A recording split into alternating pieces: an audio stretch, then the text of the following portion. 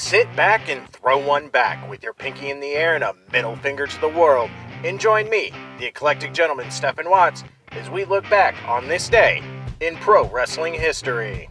But before we do, put that drink down, like, share, and subscribe, and without further ado, let's get our wrestling history on. Ladies and gentlemen, boys and girls, children of all ages, it is May 10th, and we're going to start off as we always do on a positive note.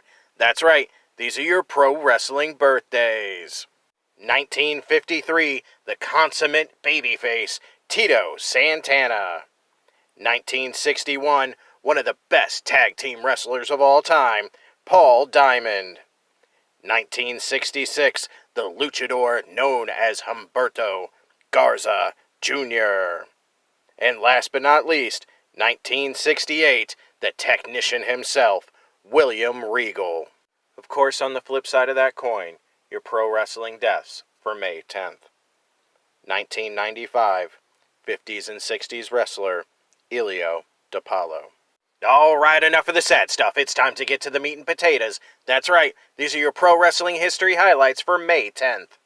Getting in our Wayback Machine and going to 1946, Buddy Rogers defeats Lou Thesz in Houston, Texas, to win the NWA Texas Heavyweight title for a fourth time, ending Thesz's reign only 1 week after he had won the belt from Rogers. Jumping 22 years to 1968, the Big O, Johnny Valentine under a mask, defeats Mr. Wrestling in Atlanta, Georgia, to win the NWA Georgia Heavyweight title. 1969, the Worldwide Wrestling Federation run two events in one day.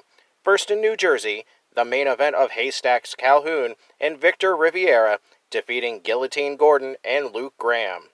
While Pennsylvania's show was headlined by world champion Bruno Sammartino and Killer Kowalski fighting to a no contest. Leaping over the 70s today and going to 1980, Rick Steamboat and Jay Youngblood defeat Ray Stevens and Greg Valentine for the NWA World Tag Team titles in Greensboro, North Carolina, starting their second reign.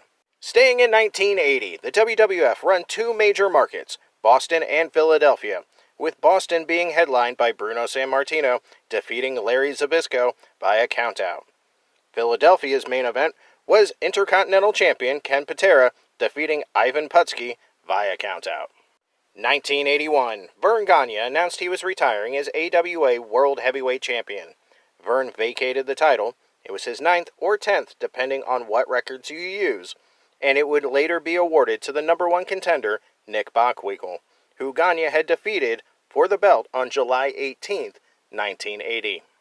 1983, Eddie Gilbert sustained major injuries, including a broken neck in a car accident traveling from a WWF television taping in Allentown, Pennsylvania. 1984 sees Jim Crockett Promotions run two events, one in Virginia and one in South Carolina, with the Virginia main event being Dusty Rhodes defeating Adrian Street, while South Carolina's main event was NWA World Tag Team Champions Ivan Koloff and Don Kernodle defeating Angelo Mosca, Sr. and Jr. 1985, the very first WWF Saturday Night's main event was taped at the Nassau Coliseum in Uniondale, New York. The matches would be shown the next night on NBC in the spot usually occupied by Saturday Night Live, earning an 8.8 rating.